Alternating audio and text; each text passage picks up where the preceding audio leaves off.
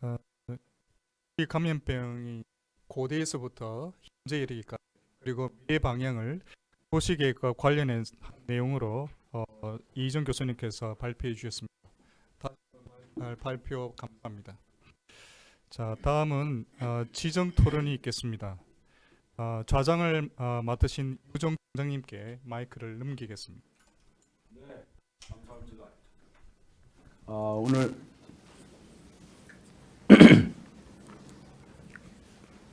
네, 감사합니다. 오늘 이 아주 의미 있는 세미나에 자장으로 초청을 해주셔서 대단히 영광스럽게 생각을 합니다. 아시다시피 오늘 이 세미나는 웨비나 형태로 진행이 되고 있습니다. 그래서 우리가 웹을 활용한 세미나 형태로 진행을 하고 있는데, 이 세미나를 우리 이 개별 단위 학회에서 이렇게 진행한다는 시도를 하는 것이 매우 의미가 있는 일이다, 이렇게 생각을 하고 있고요. 또 동시에 지금 코로나19라는 인류가 전혀 경험해 보지 못한 이런 상황에 대해서 우리가 신속하게 대응하는 이러한 그 세미나를 기획했다는 것이 무엇보다도 의미가 있지 않나, 이렇게 생각이 됩니다. 이미 들으셨습니다마는 지금 두 분께서 이미 발표를 해 주셨습니다.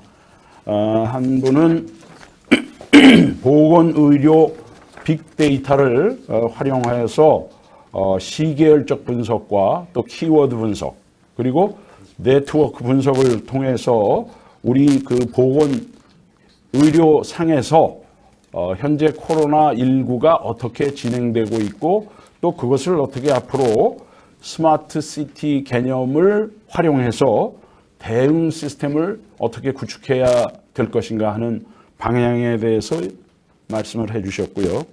또 두 번째 말씀해 주신 서울시립대학교의 이희정 빅데이터 센터장님이시죠. 우리 도시계획의 그 역사와 함께 또 도시 감염병이 어떻게 영향을 미쳤는가 하는 것과 함께 우리가 앞으로 도시계획적으로 어떻게 대응을 해 나갈 것이냐, 이런 거에 대해서 큰 방향을 제시해 주셨다, 이렇게 말씀을 드릴 수 있을 것 같습니다. 이미 발표에서도 얘기가 나왔습니다만은 어떤 국가의 제도나 또는 교육이나 이런 사회 활동이나 이런 것들이 감염병이라든지 이러한 외생적인 변수에 의해서 크게 바뀔 수 있다고 생각이 됩니다. 그렇기 때문에 우리는 이 외생적인 변수를 반드시 우리에게 나쁜 일로만 치부하지 말고, 이것을 계기로 해서 우리가 그동안 변화하고자 했던 부분들에 좀 더 빠른 변화를 추구할 수 있도록 노력하는 것도 필요하겠다, 이런 생각이 듭니다. 오늘 그런 측면에서 6분의 토론자분을 모셨는데, 한 분은 오늘 그 감염병 대응 때문에 나오지를 못하셨고요. 현재 5분이 나와 계신데, 제가 이 5분을 소개를 해드리겠습니다. 제가 소개해드리는 순서로 토론은 진행해 주시면 될 것 같습니다. 제일 먼저 서울시립대학교의 보건대학원의 임준 교수님 나오셨습니다. 다음은 멀리서 오셨네요. 전주대학교의 임미화 교수님 나오셨습니다. 네. 그 다음은 언론계를 대표해서 우리 한국경제의 박영신 전문기자님 나오셨습니다.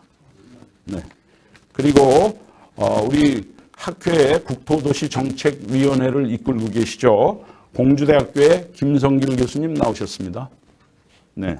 그리고 여기 나와 계신 토론자분으로는 마지막으로 우리나라의 도시정책을 총괄하고 계시는 국토교통부의 이상주 과장님이 나오셨습니다. 네. 그리고 한 분이 더 나오시기로 돼 있었는데 지금 코로나19 사태 때문에 엄청나게 바쁘십니다. 그래서 이분은 이 자리에 직접 오지는 못하시고 우리에게 토론을 영상으로 보내주셨습니다. 그래서 나중에 듣도록 하겠습니다만은 나백주 서울특별시 시민건강국장님이 이번 토론에 참여를 해주시게 되겠습니다. 그러면 지금부터는 토론에 들어가도록 하겠습니다. 그럼 먼저 임준 교수님께 토론을 부탁드리겠습니다.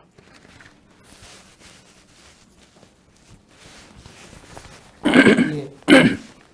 소개받은 서울시대학교 도시보건대학원 교수 임준입니다.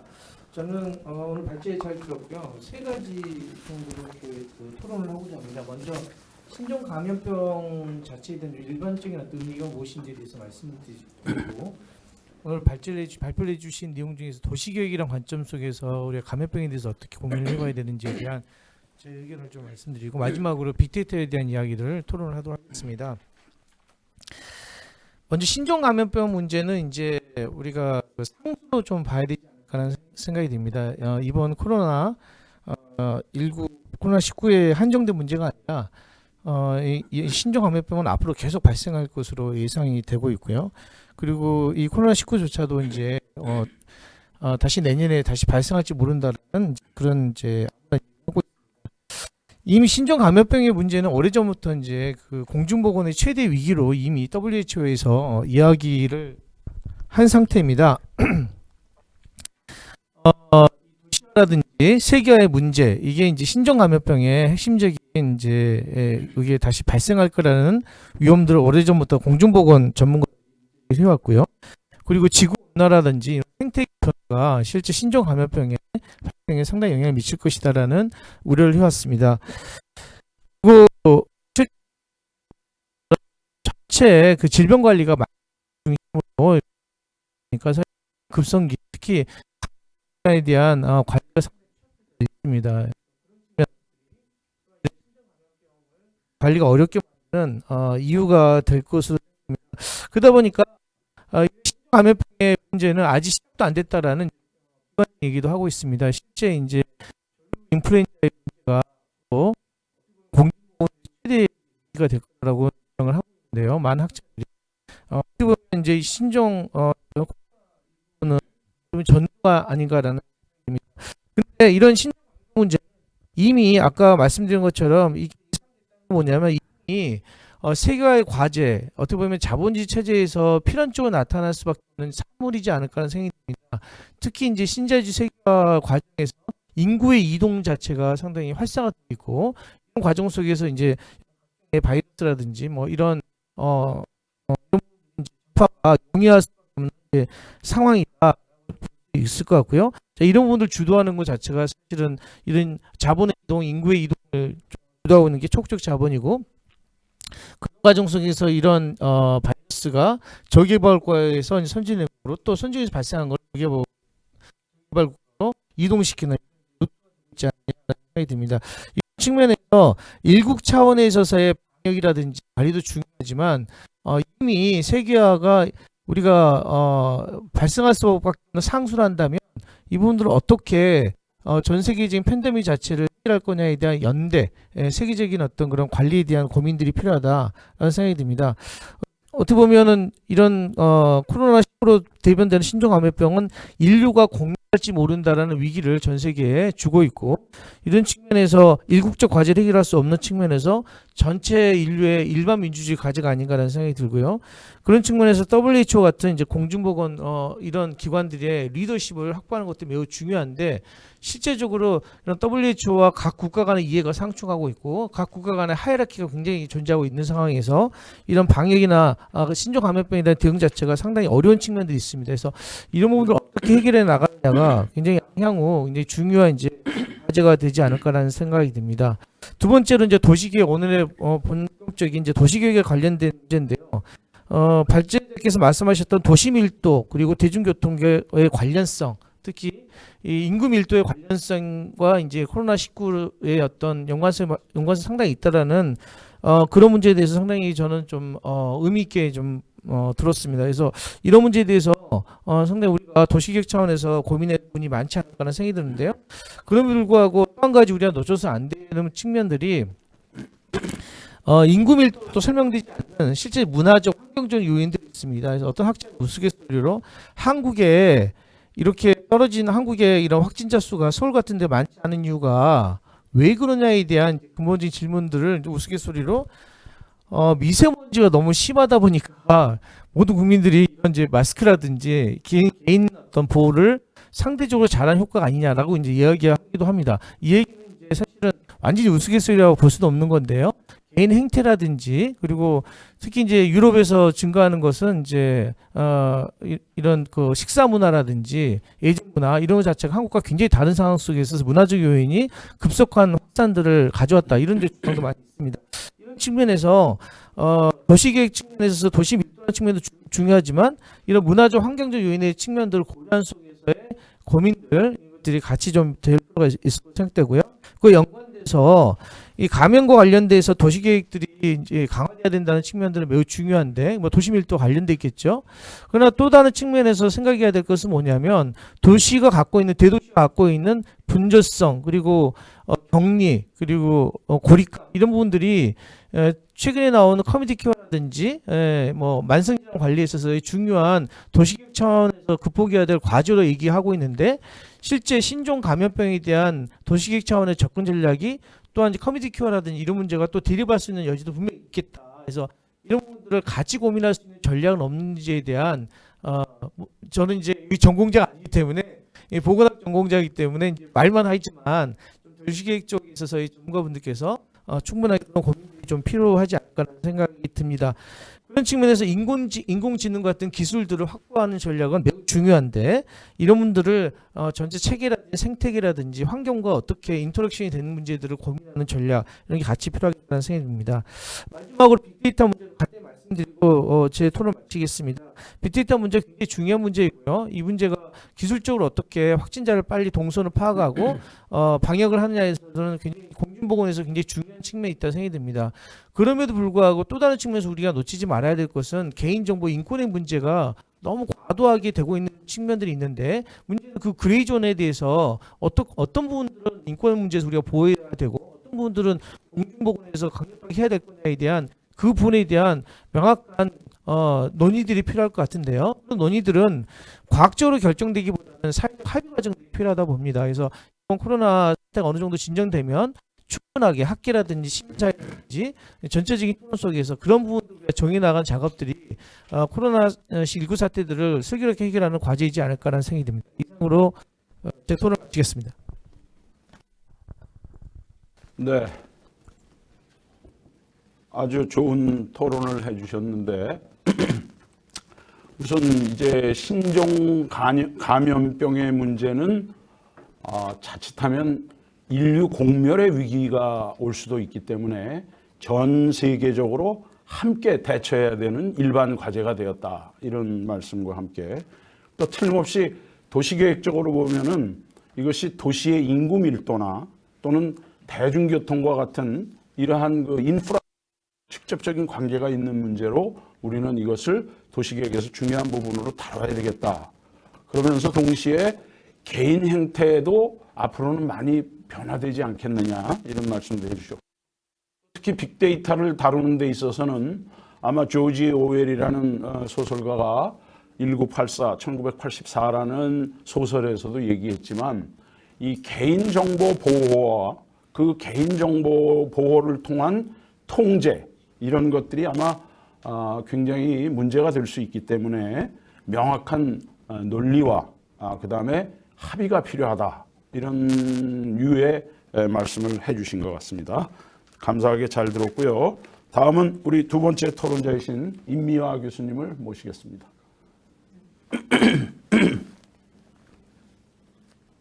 네, 안녕하세요. 대한국토도시기획학회 여성위원회 위원장을 맡고 있는 전주대학교 임미화입니다. 저는 두 분 발표 재밌게 잘 들었습니다. 관련해서 이제 몇 가지 제안과 그리고 함께 좀 논의를 할 필요가 있는 주제들을 중심으로 좀 말씀을 드릴까 합니다. 먼저 이제 오미애 박사님 발제 관련해가지고 국가 바이오 데이터를 구축한다라는 이 내용이었습니다. 그래서 굉장히 이 필요한 데이터 구축인데 저는 이 국가 바이오 데이터를 이제 어떻게 구축하느냐에 대한 문제가 있지 않나 하는 생각이 좀 듭니다. 사실 이제 이 코로나19 관련해서 우리나라가 다른 나라랑 좀 비교되는 우위에 있는 점이 사재기가 없다라는 것과 그리고 확진자 동선이 실시간으로 이제 공개되는 점인 것 같습니다. 관련해가지고 뭐 개인정보보호법상 공중위생 위기 상황에는 개인정보보호법이 배제되기 때문에 우리나라가 이렇게 확진자 동선을 실시간으로 공개하는 게 아닌가 싶은데, 사실 이제 제가 최근에 건강 관련된 연구를 진행하면서 이 관련된 데이터를 좀 받고자 여러 방면으로 노력을 했는데, 이 데이터를 받아보니까 데이터의 구축 공간 단위가 시군구 단위가 대부분입니다. 관련한 이유가 개인정보보호법상 이 더 마이크로한 데이터를 제공할 수 없다라는 거였거든요. 그렇다면은 감염이라는 거는 사실은 마이크로한 단위에서 일어나고, 그거를 공간적으로 연구하고 하려면은 이런 자료 구축이 되고 그게 오픈돼서 학계에서 널리 이용할 수 있어야 되는데, 그런 측면에서 이 국가 바이오 데이터가 구축되고 있는 건지, 그리고 그게 정말 빅데이터로서의 구축 비용 대비 이 성과를 갖고 올 수 있는 작업이 될 수 있는지에 대해서는 생각을 한번 다시 해봐야 되는 문제가 아닌가 하는 생각이 듭니다. 그리고 이제 두 번째, 이희정 교수님 발제 잘 들었습니다. 사실 저는 이제 부동산 전공자입니다. 그래서 이 도시 쪽과 연관해서 이제 부동산, 사실 이 도시계획 위에 사실 건축물들이 이제 부동산이 되는데, 이것과 관련된 얘기를 한 두 가지 차원에서 좀 드리고 싶습니다. 먼저 이번에 이런 코로나19 사태로 인해서 사실 우리 사회에서 이제 확대되고 있는 부분이, 저는 세 가지의 변화가 이제 감지되고 있다라고 보여지는데, 첫 번째는 비대면, 언택트 문화가 확산되고 있다라는 것. 그다음에 이제 재택근무가 일반화될 수 있다라는 것. 또 한편으로는 인터넷 쇼핑이 과거 이제 20대, 30대에서 최근에 50대, 60대도 인터넷 쇼핑에 참여를 하고 있다라고 합니다. 이러한 부분이 이제 시장에 미치는 영향력이 굉장히 크지 않을까 하는 생각이 듭니다. 그래서 관련해서 이제 주택 부분을 먼저 보면은 이제 주거 면적과 관련된 얘기를 좀 하고 싶습니다. 사실 이제 그동안 우리나라가 이제 가구당 가구 원수가 감축되고 있었기 때문에, 감소되고 있었기 때문에 뭐 1인당 주거 면적이라든가 최저 주거 면적에 대해서 학계에서 그동안 연구를 조금 방치한 부분이 좀 있습니다. 그런데 사실 이 감염이라는 측면에서 봤을 때 주거 비용이 비싼 이제 대도시 같은 경우에 감염에 굉장히 취약하게 될 텐데, 이 부분에 있어서 우리가 이제 그동안 정부가 갖고 있는 여러 가지 기준, 주택 정책 기준들이 있습니다. 뭐 최저 주거 기준이라든가, 뭐 국민주택 규모 기준이라든가, 소형주택 규모 기준들이 있는데, 이런 부분에 대해서 좀 한번 다시 점검이 필요한 시점이 되지 않나 하는 생각이 듭니다. 사실 제가 이제 이번 이 토론회에 참석을 하면서 몇 가지 자료를 좀 찾아봤습니다. 봤더니 WHO 기준의 이제 과밀 주거라는 기준은 외국의 기준이죠. 방당 인원수가 1인 이상이면은 과밀이다. 그리고 이제 3인 이상이면 과다 과밀이라고 합니다. 그런데 우리나라 같은 경우에 주거 실태 조사 자료에 의하면은 0.2%가 가구 중에 0.2%가 이거에 해당됩니다. 그래서 제가 이제 대충 계산을 해봤더니 이번에 재난 기본 소득 대상인 가구가 2,050만 가구라고 하더라고요. 거기에 0.2%면은 약 한 4만 가구 정도가 과밀 주거, 그러니까 3인이 방 하나를 쓰고 있는 셈이 됩니다. 주거에 취약할 수밖에, 아니 감염에 취약할 수밖에 없을 것 같습니다. 또 한편 이제 최저 주거 기준 같은 경우에는 우리나라가 1인당 14제곱미터라고 합니다. 그런데 일본의 경우에 1976년에 제정된 1인당 최소 주거 면적이 16제곱미터입니다.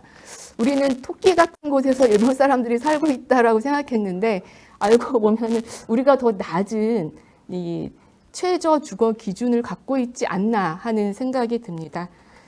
그래서 이런 부분에 대한 물리적인 감염을 좀 예방할 수 있는 주거 기준, 면적 기준 필요하다고 보여지고, 또 한편으로 주거 환경 관련해서 이제 2018년에 주거 소비 실태 조사 자료에서 가구를 대상으로 이사를 간 이유가 뭐냐 물었더니 41%가 시설이나 설비에 불만족해서 상향하기 위해서 이사를 했다고 합니다.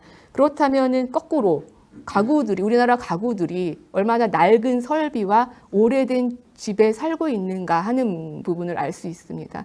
그래서 이런 측면에서 봤을 때 이제 홍콩의 경우에 그 사스 때 아모이 가든이라는 공동주택에서 대규모 감염이 일어났고 이번 코로나19에도 역시 유사한 사건이 보도가 된 바 있습니다.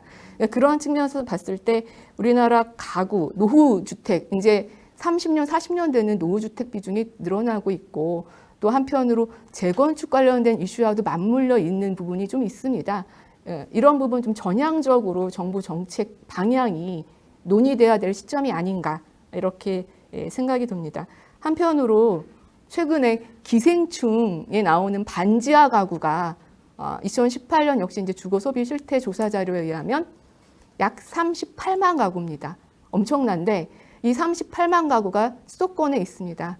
그래서 이 수도권의 이제 주거 환경 관련된 논의, 한편으로 비도시 지역, 제가 있는 저도 이제 지방대학교에 근무를 하고 있습니다만 지방의 감염 관련된 주거 환경 기준과 또 수도권의 감염 관련된 주거 환경 기준 좀 차별화된 연구랑 논의가 필요한 시점이 아닌가.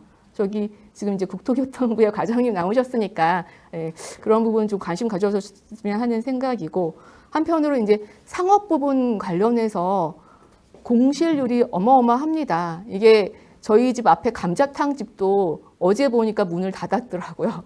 그래서 이 공실률 관련돼서 과연 앞으로 상업 용지 공급 기준이 적정한 건지 그리고 뭐 이제는 프랜차이즈 업종까지도 줄어드는 이런 시대에 들어와서 과연 적정한 상업 용지라는 부분 또 상권이라는 기준이라는 부분 여러 가지 논의가 같이 필요한 시점이 아닌가 싶고 그리고 무엇보다도 이 다품종 소량의 시대에 들어서 도심에 많은 변화가 이제 또 예측되지 않나 하는 그런 생각이 좀 듭니다. 그래서 저희 학계가 할 일이 굉장히 많다. 그리고 이 방송을 이제 시청해주고 계시는 젊은 학자분들이 연구할 분야가 참 많다라는 생각이 좀 듭니다. 네. 제 토론 제가 제안을 이제 하면서 이제 토론을 좀 마칠까 합니다. 네. 네, 대단히 감사합니다. 우리 임묘아 교수님은 아마 전공 분야가 부동산 분야시기 때문에 이제 부동산과 관련된 말씀을 많이 해주셨어요. 그 중에서도 특히 우리 앞으로 미래 세대들은 삶의 행태가 좀 달라질 것이다. 예를 들면은 비대면 이런 세미나라든지 비대면의 활동들이 많아질 것이고 두 번째는 이제 그것이 더 나아가서는 기업에서도 재택근무가 더 활성화될 것이고 아울러서 노인 인구라든지 이제까지 이 정보화 사회에 조금 격리돼 있었다고 생각하는 사람들까지도 다 인터넷 쇼핑이나 이런 걸 통해서 이제 활동을 하게 될 것이다. 이런 거를 예측해 볼 때 감염병과 관련지어서 앞으로 우리의 주거의 기준이라든지 또는 도시의 어떤 기준이라든지 이런 것들을 좀 정책적으로 좀 재조정하면서 한번 검토를 해야 될 그런 시점에 오지 않았는가 하는 이런 말씀을 해주신 것 같습니다. 네, 대단히 감사드리고요. 다음은 우리 언론계를 대표해서 한국경제 박영신 기자님을 모시겠습니다. 안녕하십니까. 한국경제신문 건설부동산 전문기자 박영신입니다. 요즘 코로나19가 전 세계적으로 확산이 되면서 정말 대단한 공포에 휩싸이고 있는 것 같습니다. 올라서 오늘 그 대한국토도시계획학회에서 도시와 감염병이란 주제로 이 와중에도 마스크를 쓰고 정책 세미나를 마련한 데 대해서 또 굉장히 의미 있고 시적절한 움직임이었다고 봅니다. 아울러서 요즘 그 코로나 사태를 보면서 우리나라뿐만 아니라 해외 각국의 그 상황들이 워낙 그 확산 속도가 빨라서 그에 비해서 한국에 사는 그 한국은 비교적 그래도 안정권에 있다 싶어서 모두가 이런 그 세미나도 할 수 있고 있다는 생각이 듭니다.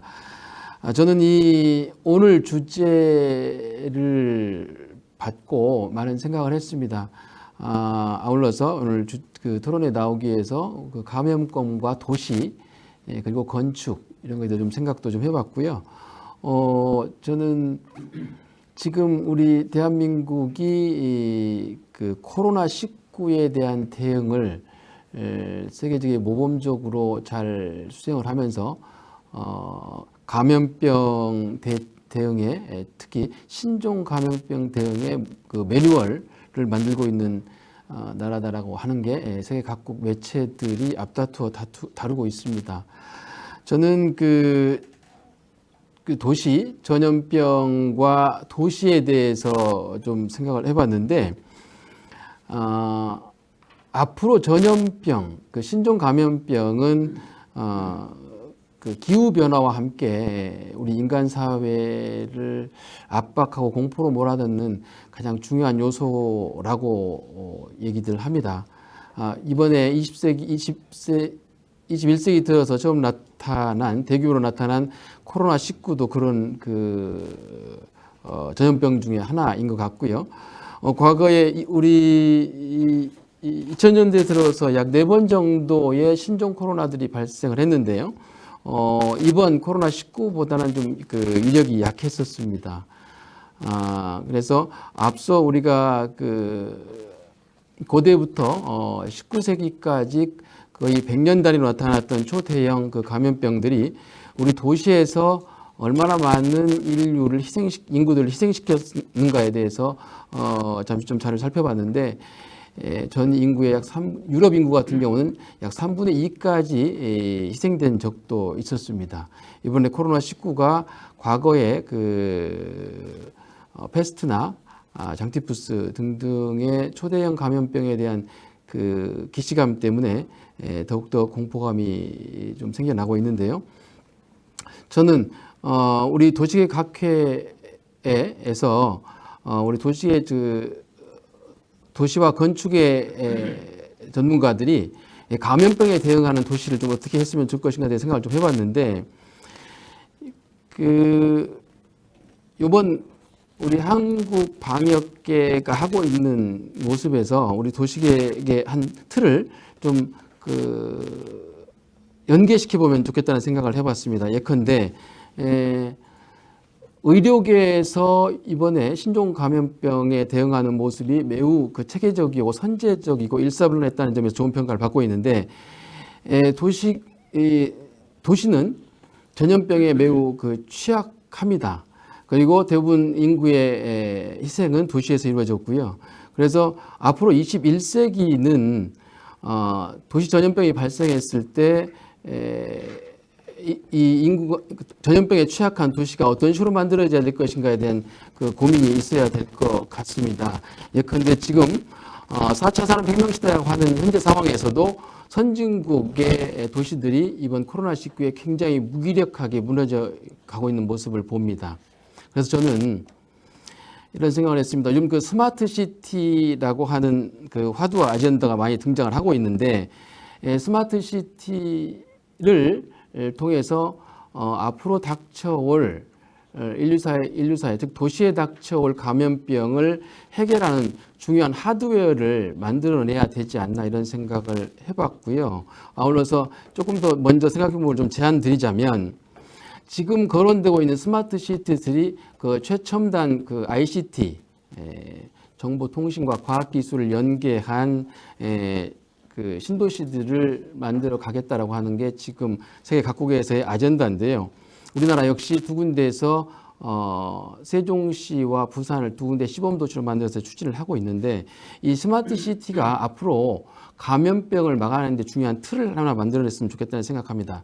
예를 들어서 오늘 우리 그 도시계획학계에서 좀 깊이 천착해서 한번 생각해 볼 만한 문제가 있다고 생각하는데요.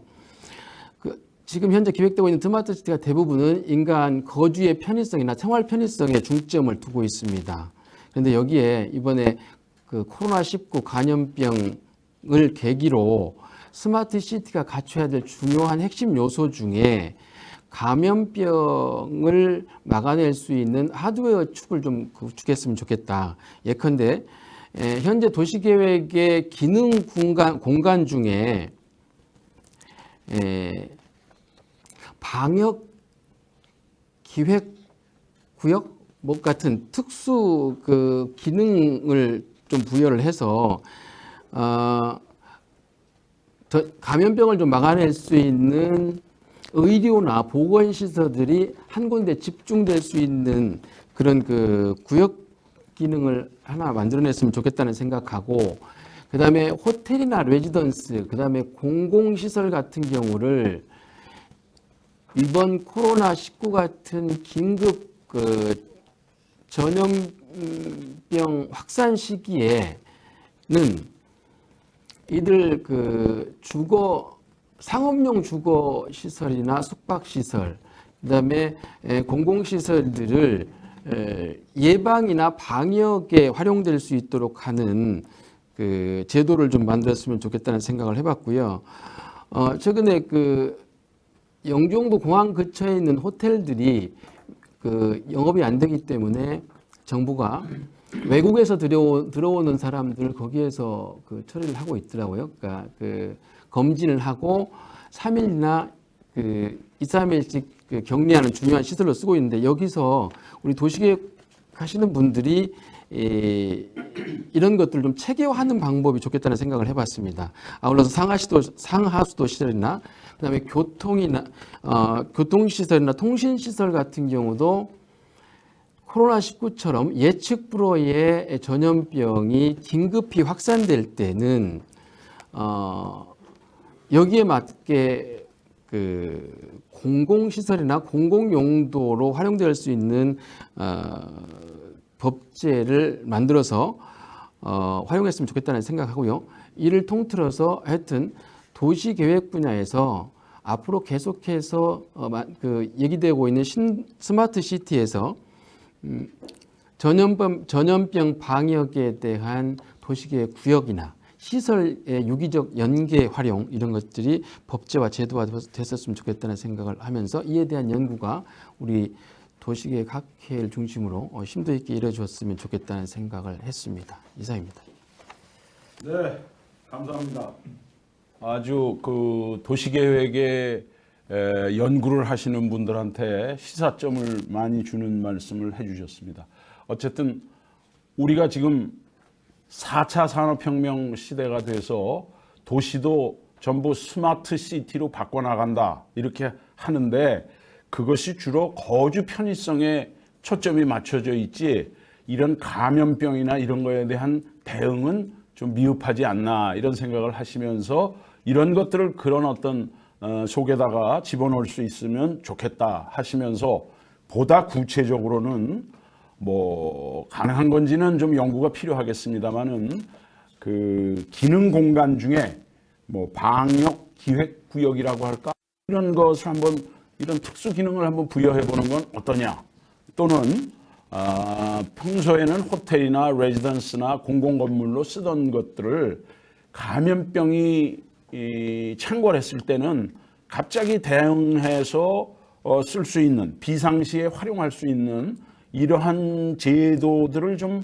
법제화 이 기회에 해놓으면 좋지 않겠나, 이런 말씀을 해주신 것 같습니다. 아주 고마우신 말씀이고요. 제가 한마디 첨언을 하자면 1666년에 런던, 영국의 런던에서 큰 화재가 났습니다. 런던 대화재라고 부르는데, 그게 9월 2일 날 발발했는데 그게 9월 6일까지 런던 시가지의 5분의 4를 다 태웠어요. 근데 그 이전까지의 런던의 주택들은 대부분 목조주택이었습니다. 저층의 목조주택이었어요. 그리고 거기에는 이렇게 높이 타워를 세워서 소방관들이 거기 올라가서 이제 불 나면은 물 가지고 불 끌어가는 이런 시스템이었습니다. 근데 런던 대화재가 일어나고 나서 런던이 개조 계획을 하죠. 그래서 런던 개조 계획을 하면서 런던이 석조 건물을 많이 짓게 됩니다. 그때 물론 크리스토퍼 렌이라고 하는 아주 훌륭한 건축가가 있어서 런던의 그 건물을 거의 그분이 만들다시피 했고, 여러분들이 아마 런던에 가시면 그 Great Fire 대화재를 기념하는 기념탑도 있고 한데, 그래서 그때부터 이렇게 석조 건물로 변하게 되는 이런 거죠. 그러면서 주거 지역에는 뭘 쓰기 시작했냐면 벽돌을 많이 쓰기 시작했어요. 그래서 영국이 조족조가 발달을 합니다. 이렇게 대화재라는 외생적인 변수에 의해서 영국 런던은 그걸 기회로 해서 다시 석조로, 그러면서 제도적으로는 뭐가 생기냐면 건축법에 방화문, 방화벽 하는 게 생깁니다. 화재에 대한 대비를 하는 거죠. 그리고 동시에 제도적으로 또 화재보험이라는 게 그 런던 대화재를 계기로 해서 생겨나게 된다. 그러니까 이러한 것이, 이러한 외생적인 변수에 의해서 제도가 변할 수 있기 때문에 우리도 이 코로나19의 사태를 외생적인 변수로서 우리가 그동안 스마트 시티라든지 이런 데서 제대로 해보지 못했던 것을 이번 기회에 아주 반영을 해서 이런 것을 연구도 하고 대책도 세우고 정책이나 제도를 바꾸는 데도 활용했으면 좋겠다 하는 제 의견을 좀 첨가하면서요. 지금 세 분 토론이 끝났는데 요 앞에 지금 의견이 올라와 있습니다. 지금 실시간으로 방송이 되고 있기 때문에 아마 방청하시는 분들이 여기 주셨는데 제가 한번 읽어드리겠습니다. 감염병 확산에 고령자, 기저질환자 등 위험 인구 집단과 요양병원 등 인구 밀집 거주지가 큰 영향을 주는 것 같은데 도시, 지역과 시설의 감염병 위험도 평가 측면에서 도시계획에 어떻게 반영할 수 있을까요? 하는 아주 어려운 질문을 주셨습니다. 이희정 교수님이 나중에 이거에 대한 대답을 간단히 해주시길 바라겠고요. 두 번째 질문은 도시경제 측면에서 코로나19의 도시고용, 활동, 경제, 영향평가를 어떻게 수행할 수 있을까요? 우리가 이제 인구 영향평가라든지 뭐 환경 영향평가라든지 교통 영향평가를 많이 하는데 이제는 이 코로나19로 인한 고용이나 활동이나 경제 영향평가를 좀 했으면 좋겠다 하는 것이고, 이러한 영향평가가 잘 되면은 현재 뭐 가구당 기본소득을 보전해주는 이런 정책에 대해서 좀 더 과학적인 접근이 이루어지지 않겠느냐, 이런 말씀이신 것 같습니다. 그리고 세 번째는 그 대중교통이 잘 되어 있는 곳에 확진자가 많이 나온다고 말씀하셨는데 서울은 인구수도 많고 대중교통이 발달되어 있는데 확진자가 그렇게 많이 나오지 않고 있다. 그거 왜 그럴까요? 이런 질문인데요. 글쎄요, 재밌는 질문입니다. 여기 서울시에 계신 분이 나오셨어야 되는데 아마 이 질문의 답은 우리가 그동안 확진자 동선을 아주 투명하게 공개하고 있고 또 철저한 어떤 그 사회적 격리라든지 이런 걸 통해서 잘 하고 있다, 이렇게 보시면 될 것 같고요. 혹시 그 밑에 의견이 조금 있는지 좀 내려봐 주실 수 있나요? 네. 지금 지금 연구실에서 듣고 있는 분들도 많이 있습니다. 지금 한 교수님께서 보내주셨는데 좋은 발표를 연구실에 앉아 들을 수 있어서 매우 좋습니다. 또 학술회의를 이렇게 온라인으로 진행하는 것이 새로운 회의 형식의 장을 여는 기회가 될 것으로 기대됩니다. 오후에 제 수업 참여 학생들도 이 주제에 관심이 많아 학생들과 함께 보겠습니다. 이렇게 해주셨고요. 그 다음에 이게 오늘 요 실시간에 못 보는 분들을 위해서 차후에 볼 수 있느냐 하는 질문이 많이 올라와 있습니다. 볼 수 있죠? 네, 우리 학회 홈페이지에 들어오셔도 되고, 구독하시면 되고, 유튜브, 도시TV라는 유튜브가 있습니다. 거기다 해주시면 되고요. 마이크 음질이 조금 들리지 않는 부분이 있었던 것 같습니다. 그거는 우리가 처음 시도하는 거기 때문에 조금 미숙한 점이 있었다는 거 양해를 드리고요. 지금 앞으로 토론해 주시는 분들은 좀 목소리를 저처럼 좀 크게 해 주시기를 바라겠습니다. 네, 그러면 우리 네 번째 토론자 분입니다. 공주대학교의 김성길 교수님을 모시겠습니다. 네, 김성길입니다. 이희정 교수님의 발표 내용 중에서 감염증이 뉴욕과 LA 장단점을 역설적으로 뒤바꾼 것이다 라는 부분이 아마 뭉치면 아주 위험하고 흩어지면 더 좋다라는 슬로건인데요. 이 환경지향적인 대중교통, 또 이와 관련해서 토지용의 효율을 위한 고밀도가 팬데믹에 있어서는 아주 최악의 환경이라는 것이 됩니다. 예. 중국에서 아주 중요한 교통 결절지인 우한이 지금 그 발원지가 된 것이고, 또 관광객이나 방문객이 모이는 그런 밀라노가 지금 심각한 상황에 처해 있습니다. 또 공간을 좀 미시적으로 보면 우리나라 내부에서도 콜센터, 그다음에 종교시설 이런 부분이 커뮤니티의 거점 장소인데요. 이를 포함해서 이제 요양병원, 또 정신병원 등에서 계속 집단 감염이 계속 나타나고 있어서 안타까움이 더해집니다. 아무튼 이러한 고밀도시, 그다음에 밀집한 공간의 피해를 최소화하는 방안이 절실해졌는데요. 아마 이런 현상이 반복될 경우에 도시 공간 계획의 변화가 필요할 수도 있겠습니다. 아무튼 여러분이 말씀하셨는데 지금 우리나라에서는 이제 여러 맵으로 통해서 발생 지점과 또 확진자의 동선이 빨리 또 투명하게 공개되는 것은 외국의 평가와 더불어 저도 참 잘하고 있다고 생각이 들고요. 마스크 배급제 시행 이후에 또 마스크 알림이 앱도 상당한 능력을 보이고 있다고 생각합니다. 제 개인적인 경험으로는 그 녹색으로 위치되는 약국을 제가 찾았다가 흑거람한 경우가 몇 번 있습니다. 아무튼 이런 알림이 앱보다 카톡방에서 보다 실시간에 가까운 정보로 도움을 받은 적이 있습니다. 이걸 통해서 SNS 파워가 우리 사회에서 얼마나 강하게 나타나고 있는지 느끼게 됩니다. 이러한 반전형, 부정형 데이터 정보들의 집합체인 빅데이터를 계획가들이 잘 알고 또 잘 활용할 필요가 있다는 것을 새삼 깨닫게 됩니다.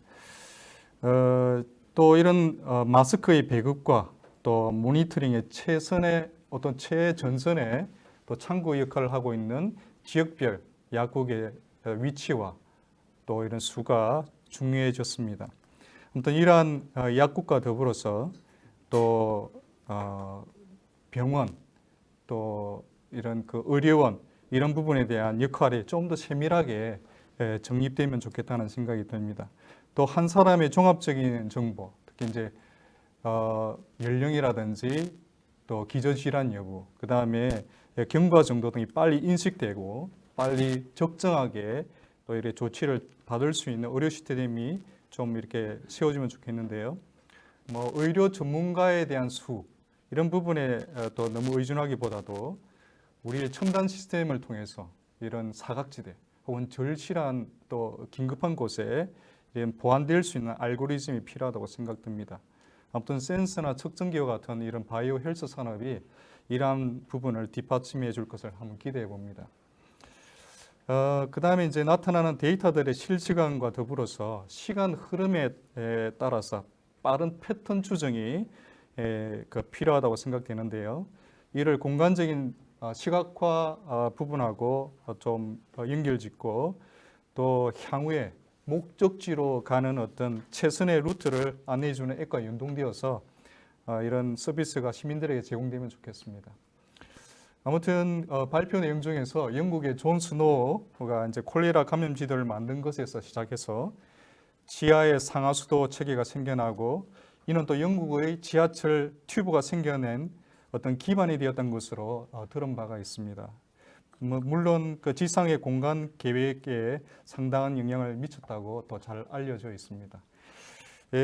우리 한국의 보건의료 분야와 더불어서 도시계획 하시는 분들 중에서 이러한 한국의 존 스노우가 나오면 훨씬 더 좋겠다는 생각이 듭니다. 이상입니다. 네, 감사합니다. 우리 모두의 발표 시에 대해서 얘기를 하셨는데 제가 조금 보충 설명을 하면 그 존 스노우 이전에 에드윈 체드윅이라는 사람이 있었습니다. 이 에드윈 체드윅이 영국의 노동 인구들의 건강 상태에 대한 보고서라는 걸 냈는데 그 보고서를 근거로 해서 1948년에 소위 말하는 Public Health Act 공중위생법이라는 게 만들어지죠. 그리고 존 스노우라는 사람이 그 당시에 같이 활동을 하던 분이었는데 이 존 스노우가 그 콜레라가 수인성 병이라는 걸 밝혀내는 겁니다. 그래서 같은 물을 먹은 사람들이 콜레라를 다 걸리더라. 그래서 그 펌프를 폐쇄해라. 이렇게 했고 그 당시만 해도 유럽에 똥이 많았어요. 거리에 파리도 그랬고 뭐 런던도 마찬가지였고 아주 그 산업혁명 초기에 그 농촌의 인구들이 도시로 몰려오면서 아주 환경이 나빴는데 그래서 하수도를 정비하자. 그래서 소위 말하는 하수도 정비를 시작합니다. 런던이.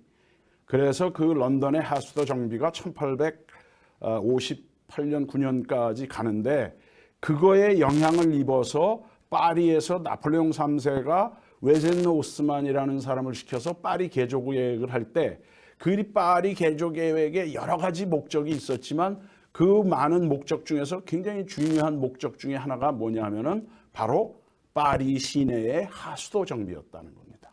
그래서 이 하수도 정비를 그 당시에 지금으로부터 거의 150년 전, 200년 가까운 전에 해놓은 파리의 하수도 정비는 지금까지도 견고하게 유지되고 있다. 그래서 여러분들 혹시 그 옛날에 영화 보시면 뭐 아랑드롱, 장가방, 장폴 벨몬도 이런 그 유명한 배우들이 나오는 그 형사 범인을 쫓기는 영화 보면은 하수구가 큰 하수구에서 물 철퍽철 튀기면서 도망가면은 형사가 잡으러 가는 이런 장면들이 많이 나옵니다. 이게 바로 1850년대 17년에 걸쳐서 파리 개조 계획에서 만들어진 산물이다. 이렇게 아시면 될 것 같아서 제가 도시계획의 역사를 좀 가리키기 때문에 보충 설명을 드렸습니다. 그리고 여기에 또 추가 질문이 올라와 있습니다. 향후 코로나19로 인해 컴팩트 시티 계획에 어떤 영향이 있을지 궁금합니다. 이건 제가 나중에 마지막에 정리하면서 한번 저도 얘기를 하겠습니다만은 또 말씀하실 분 있으면 해주시고요. 또 아주 어려운 숙제를 주셨는데요. 일본의 경우 지진에 대한 건물 유지 보수 비용이 주택 시장에 다소 반영되는 것으로 알고 있습니다.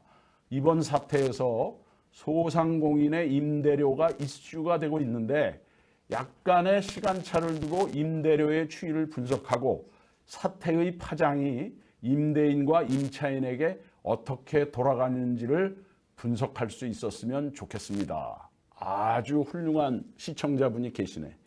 아주 훌륭한 제안을 해주셨고 우리 도시계획을 하시는 분들, 특히 부동산 하시는 분들 저 임대료와 이 코로나19 사태의 영향에 관한 연구를 해서 아마 다음번 학술 발표대회쯤에는 발표를 해주시면 좋을 것 같습니다. 그걸로 대신을 하도록 하고요. 또 세 번째, 드레스덴, 런던, 도쿄에서도 지금 이거를 실시간으로 시청하고 있다고 여기 올라와 있습니다. 이게 지금 굉장히 이렇게 웹비나 형태로 진행을 하니까 이게 그냥 어떤 장소에 모여서 하는 것보다도 더욱더 세계화되고 국제화되면서 의미도 있는 것 같아서 여기에 좌장을 맡고 있는 저로서도 매우 그 뿌듯한 감정을 느끼게 된다는 말씀을 드립니다. 자, 그러면 이제 우리 다섯 번째 토론자 분이시죠. 국토교통부의 도시정책과장님이십니다. 아마 이 코로나19 사태와 관련지어서 국토정책, 도시정책을 어떻게 해야 될까 고민이 많으실 텐데 한번 말씀을 들어보도록 하겠습니다. 이상주 과장님 말씀해 주시죠. 예. 네. 반갑습니다. 먼저 좀 늦었지만 저 대한국토도시기획학회 우리 김현수 회장님 취임을 좀 축하드리고요. 오늘 느꼈습니다. 이 학회가 상당히 뭐 권위도 있지만 상당히 앞서 나가는 학회구나라는 걸 다시 한번 느낍니다. 그리고 이렇게 초대를 해주셔서 감사합니다. 코로나19가 상당히 장기화되고 있습니다. 그래서 사회 전반 분야에서 그동안 당연하게 생각했던 많은 사항이 변화하거나 또 그런 게 또 적정한지 되새겨봐야 하는 그런 상황이 되었습니다. 이 도시정책, 도시계획 이것도 마찬가지인 것 같습니다. 그래서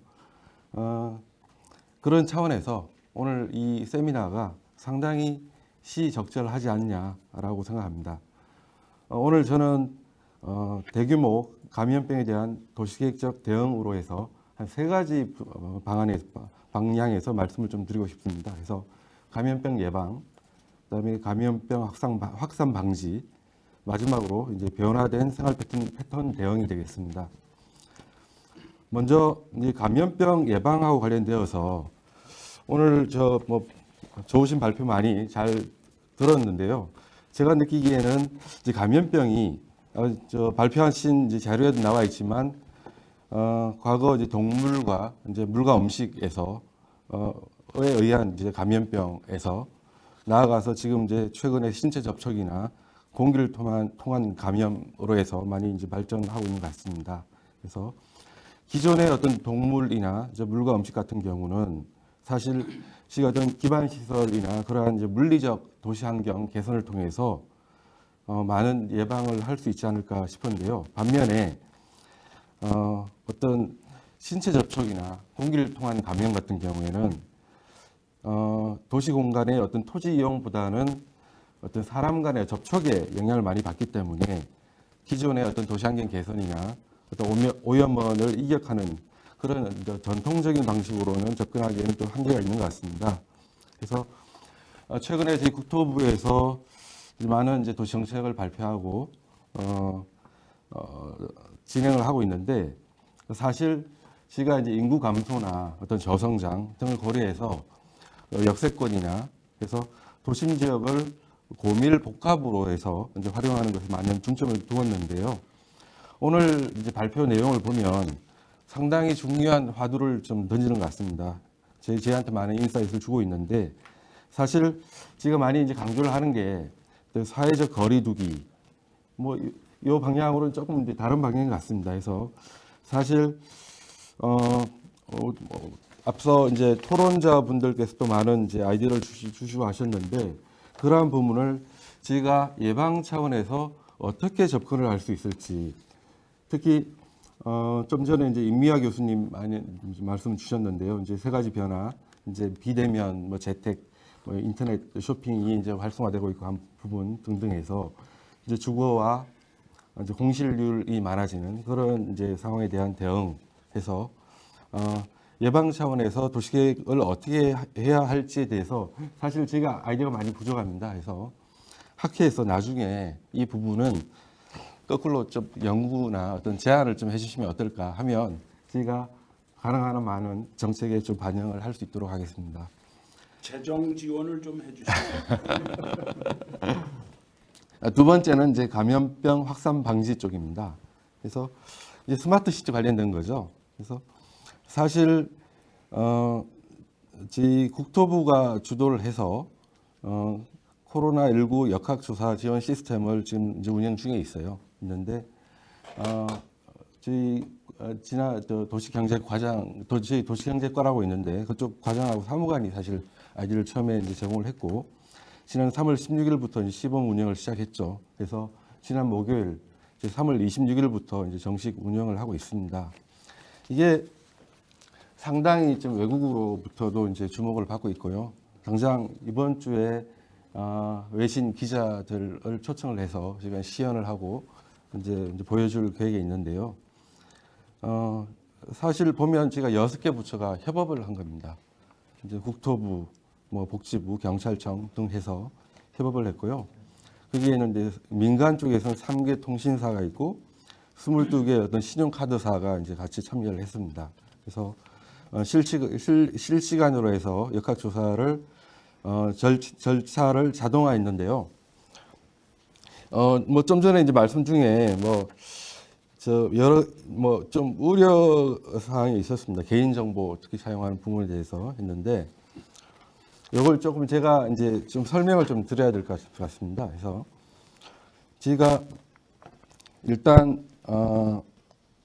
그 개인정보를 사용하는 근거는 이제 감염병의 예방 및 관리에 관한 법률에서 이제 근거를 두고 있는데 취득하는 정보는 크게 두 가지거든요. 통신 위치 정보가 있고 신용카드 내역이 되겠습니다. 그래서 이제 법에 따른 이제 절차를 이용하고 있는데 이제 우려하시는 개인정보의 어떤 사용에 대해서는 저희 국토부 공무원들도 이게 접근을 못하게 지금 하고 있고요. 이제 역학조사관만 이제 사용을 가능하고 이제 타 기관은 접근을 불가하게 지금 하고 있는데 사실 아까 이제 서두에 이제 교수님 말씀 주셨지만 이걸 어느 정도까지 정보를 수집하고 활용을 해야 될지에 대해서는 사회적 합의가 많이 필요한 부분이 있습니다. 그래서 그런 거는 이제 추후에 많이 이제 논의가 되어야 될 것 같습니다. 이제 마지막으로 이제 포스트 코로나입니다. 좀 전에 말씀 주셨지만 이제 뭐 생활 방역이나 어떤 사회적 거리 두기 중요성이 강조되기 때문에 온라인 강의나 어떤 온라인 쇼핑 등 생활 패턴이 변화하고 있습니다. 그래서 이제 포스트 이제 코로나 도시 계획이 이제 수립이 필요한 게 아니냐, 저희도 이제 같이 고민을 하고 있는 상황입니다. 뭐 이제 다양한 이제 연구나 이제 고민이 필요한 것 같은데 당장 말씀 주신 사항 중에 뭐 상가 아니면 물류센터 뭐 그런 게 될 수 있겠죠. 이제 일례 이제 상가를 좀 예를 들면 이제 신도시 같은 경우에는 사실 작년에 저희가 이제 정확한 수요 예측을 통해서 적정 사급 용지를 공급하도록 해서 개별 지침이나 이런 걸 이제 수정을 한 바 있습니다. 그래서 이제 적정 사급 용지를 공급하기 위해서 상가에 대한 수요 분석을 하고 이제 순차적 공급을 합니다. 그래서 한꺼번에 공급하는 게 아니라 이제 입주 초기에는 걸린 상가 용지를 먼저 하고 중대형 상가는 나중에 하는 식으로 하고요. 또 이에 대해서 LH가 상가 수급 이제 이걸 관리하는 그런 시스템을 구축을 하게 됩니다. 기존 도시에는 이걸 어떻게 하느냐, 이게 마찬가지입니다. 상가를 좀 예를 들면은 도시 기본계획에서 사실 저희가 기초조사를 하는데 이제 공실률 관련된 이제 항목이 없습니다. 그래서 이제 시가와 예정 용지를 이제 물량을 배정할 때 이러한 기초조사를 통해서 이제 이걸 꼭 활용을 해야 하게끔 하는 지침을 이제 개정을 하는 걸 검토를 하고 있고요.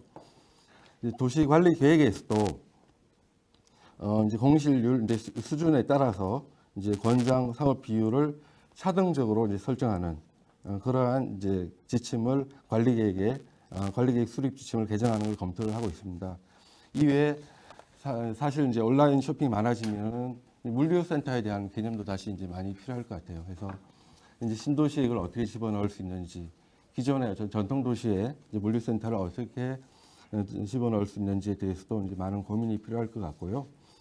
이외에 이제 좀 전에 임미혁 교수님이 말씀 주셨던 이제 주거 쪽 관련된 이제 말씀 주신 사항은 많은 공감을 하고요. 그래서 그 부분에 대해서는 저희가 돌아가면은 같이 한번 그쪽 실국하고 같이 협의해서 한번 같이 검토를 한번 하는 걸로 하겠습니다. 이상입니다. 네, 대단히 감사합니다. 우리 국토부의 도시정책과장님께서는 오늘의 토론을 들으시고 또 듣기 이전에도 연구를 많이 하셔가지고 우리의 그 국토 도시에 어떻게 반영해야 될까에 대한 많은 생각을 하고 계시다고 느꼈습니다. 다시 말하자면 우리가 그동안은 효율성이라는 측면에서 인구 감소나 저성장 시대를 대비해서 역세권 개발이라든지 하는 컴팩트 시티 개념들을 강조를 했었는데 지금 오히려 이런 감염병의 사태에서 볼 때는 이런 컴팩트 시티가 오히려 불리하다. 그렇기 때문에 아까 로스앤젤레스의 예도 들었습니다마는 과거에 대중교통이 발달하지 않은 데가 오히려 유리할 수 있다. 이런 역설이 생기는 거 아니겠습니까? 그래서 이런 것들을 같이 한번 같이 복합적으로 넣고 생각을 해야 되는 시점이 되지 않았나. 이런 생각을 한번 해보게 되고요. 그래서 하여튼 국토부는 국가 정책을 수립하시고 집행하시느라고 힘드시니까 우리 학회에 브레인들을 싱크탱크입니다. 여기가. 그러니까 브레인들을 좀 활용하셔서 지원을 좀 해주세요. 연구할 수 있는. 그러면은 이분들이 나서서 아까 말씀하신 뭐 도시 관리 계획의 뭐 기초 조사나 또는 이런 필요한 어떤 권장 비율이라든지 이런 거를 연구해서 제시를 한다거나 이런 것도 할 수 있고 그리고 저도 아까 1984 조지 오웰의 1984를 얘기하면서 이 개인정보 보호가 자칫하면은 아주 그 1984에 나오는 빅 브라더가 나와서 사회를 통제하고 또 그것이 어떻게 보면 아주 잘못될 경우에는 독재로 가는 이런 상황이 올 수도 있기 때문에 이런 것들에 대한 연구도 우리가 미리미리 하지 않으면 안 되지 않나 하고 생각을 하는데, 역시 그것도 우리나라에서도 6개 부처가 이런 정보를 파악하고 있고 그거에 대한 대책도 우리가 같이 고민을 해 주셔야 될 것 같다 하는 생각이 들었습니다. 네, 아주 좋은 말씀 감사하고요. 그렇게 또 토론을 진행하는 동안에 또 여기 또 추가로 의견들이 많이 올라와 있습니다. 이거 아주 고무적인 상황인데요. 코로나19나 전염병 사태 시 사람들이 사회적 거리두기 등을 위해 내부 공간에 위치하고 있습니다. 하지만 이런 상황이 길어지면서 코로나 블루라는 단어가 생길 정도로 사람들이 우울증 증상을 경험하는 경우도 많은데요. 외부 공간은 이를 해결할 수 있는 공간이라고 생각이 듭니다. 이 외에 전염병에 대처해서 외부 공간이 사람들에게 할 수 있는 역할은 어떤 것이 있을까요? 이렇게 질문을 해주셨네요. 네, 도시 공간은 우리가 이렇게 솔리드한 공간과, 그러니까 인테리어 스페이스가 있고 익스테리어, 외부 공간이 있겠죠. 앞으로 아마 도시의 활동은 외부 공간의 중요성이 더 커질 수 있겠다, 이런 생각을 할 수 있는 것 같고요. 아주 좋은 코멘트를 해주셨고요. 두 번째를 보면은 포스트 코비드19를 위해서도 의미가 큰 시도라고 판단합니다. 향후 학제적인 관점에서 확산 검토되기도 바라며 공생신뢰, 이것도 새로운 용어가 탄생했네요. 공생신뢰, 그 다음에 지식기반, 이건 많이 쓰는 얘기고요. 그 다음에 디테일, 이런 것과 같은 상위의 핵심 개념들부터 도출시켜 주셨으면 좋겠다, 이렇게 얘기하시니까 우리 젊은 학자분들 이 얘기를 잘 듣고 연구의 주제로 삼으시면 좋을 것 같고요. 또 아주 좋은 소식이 와 있네요.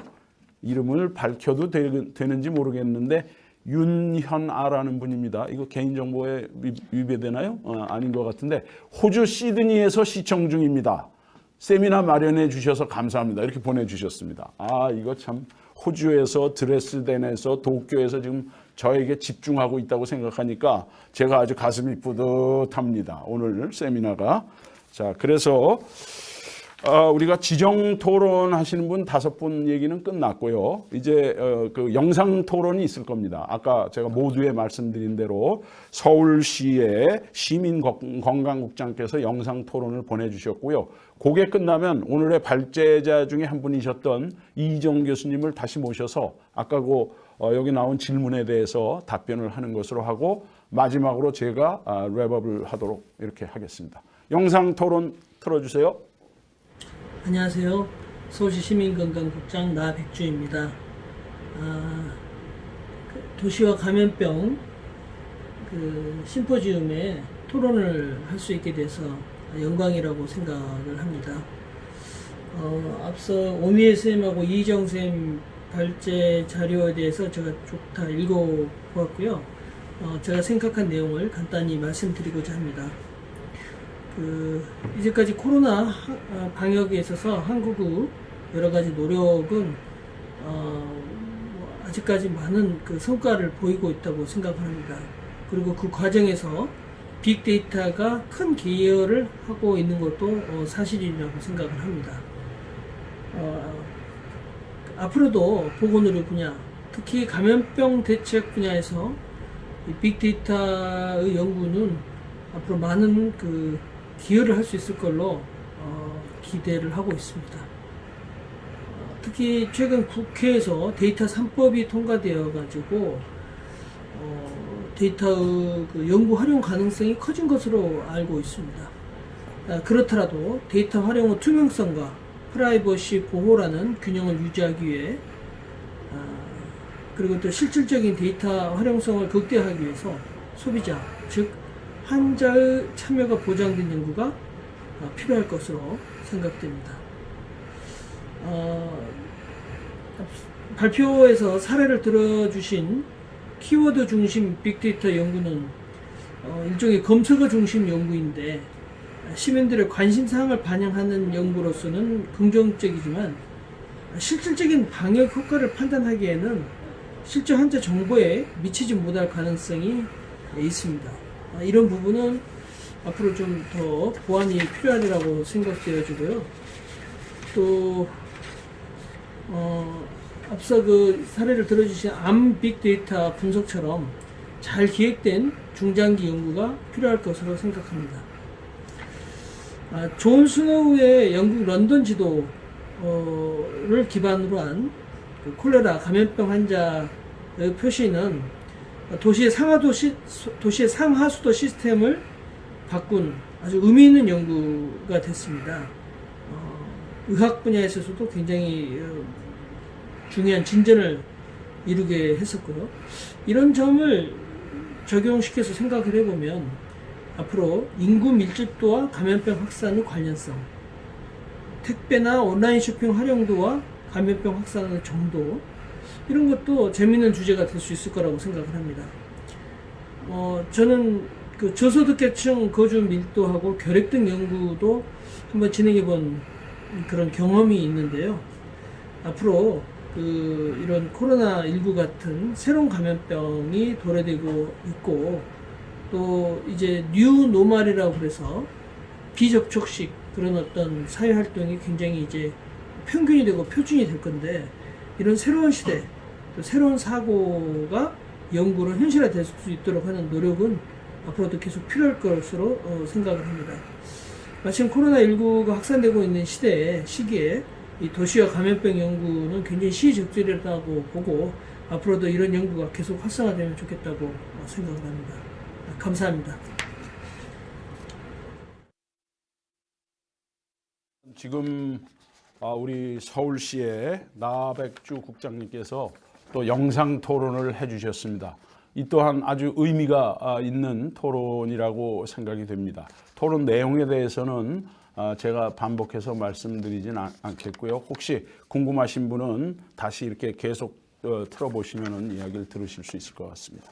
자, 그러면은 마지막으로 오늘의 발제 중에서 아까 영상으로 질문을 주신 분들께 우리 이희정 교수께서 답변을 짧게 해주시겠습니다.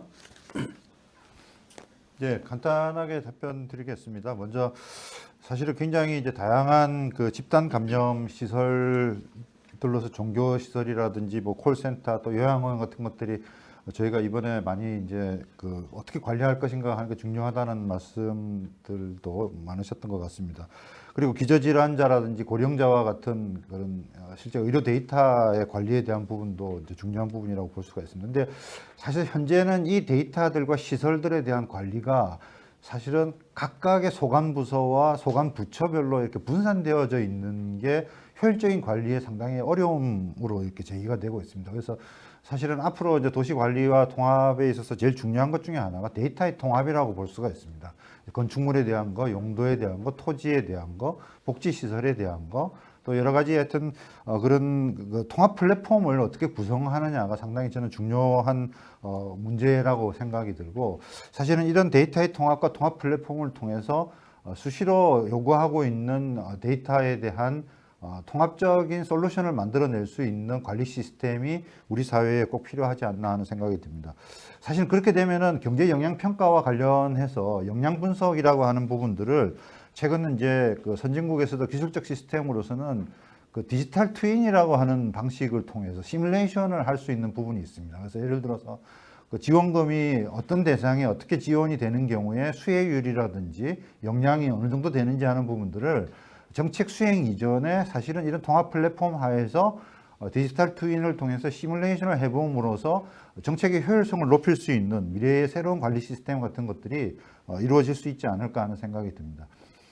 그리고 마지막으로 참 중요한 또 코멘트를 또 해주셨던 부분이 있는 것 같습니다만, 사실은 앞으로의 이제 네트워크 분산형 집중 도시 구조로서의 광역 도시화가 이제 새로운 도시 구조와 모델의 형태가 된다라고 본다라면은 사실은 거기에서 굉장히 중요한 게 외부 공간으로서의 공원에 대한 부분이 중요할 거라고 생각이 듭니다. 그래서 앞으로의 도시는 채워나가는 도시가 아니라 비워주는 도시가 되면서 서로가 어느 정도의 거리를 두고 커뮤니티 단위의 네트워크화된 어떤 도시 구조가 도시의 새로운 모델로 자리 잡을 수 있도록 하는 노력들이 필요하지 않을까 합니다. 감사합니다.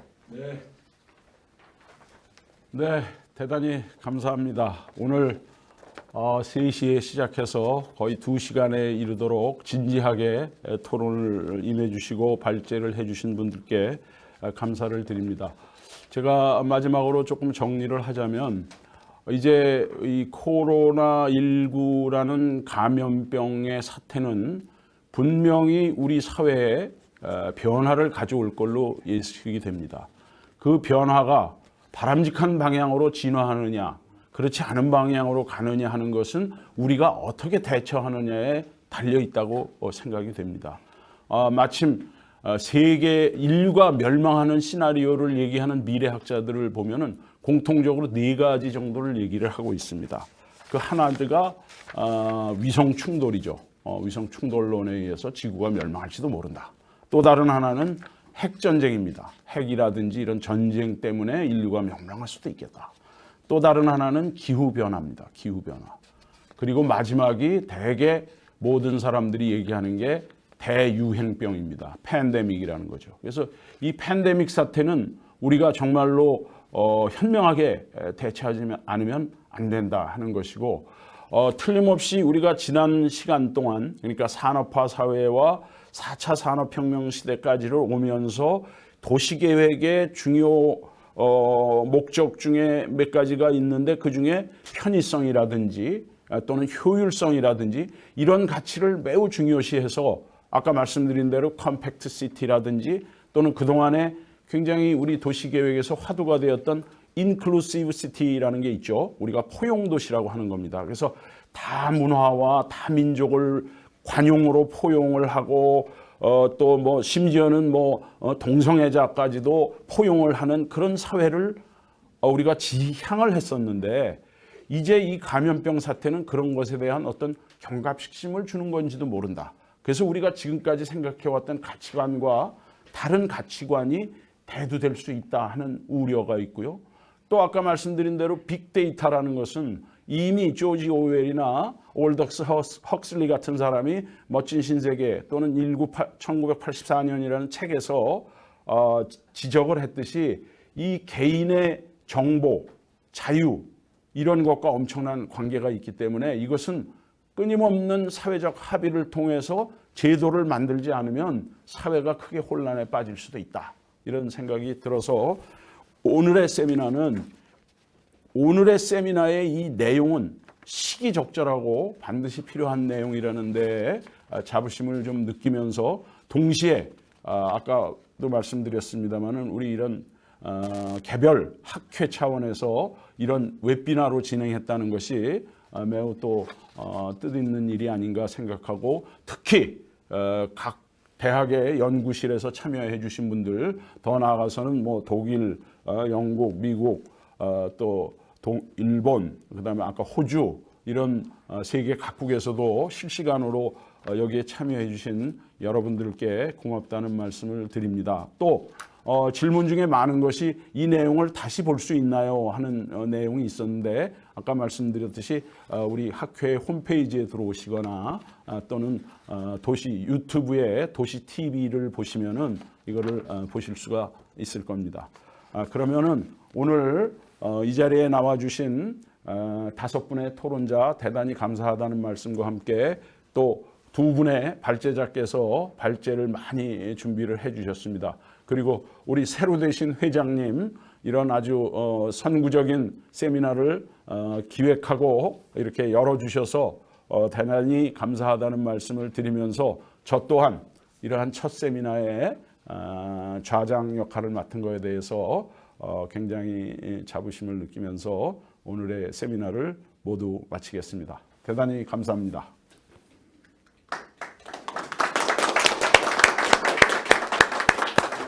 아이고, 수고하셨습니다.